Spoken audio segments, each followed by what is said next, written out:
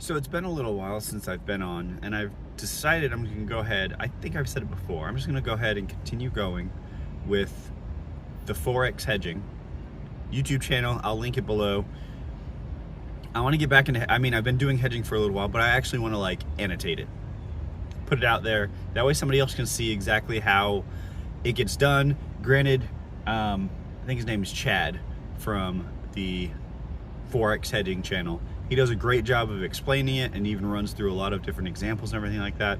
But I just want to keep it going across multiple Forex pairs, and that way you can see the in and outs of how it works and how, my day-to-day activity of it.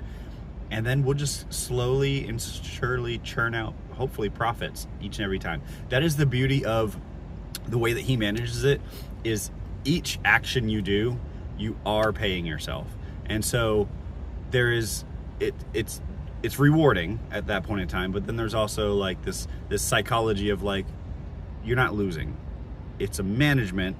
You keep some money out there, but you're taking back your profits a little bit, and you're just managing the trades. So want to get into that. Hopefully it'll work out for everybody. Just watch.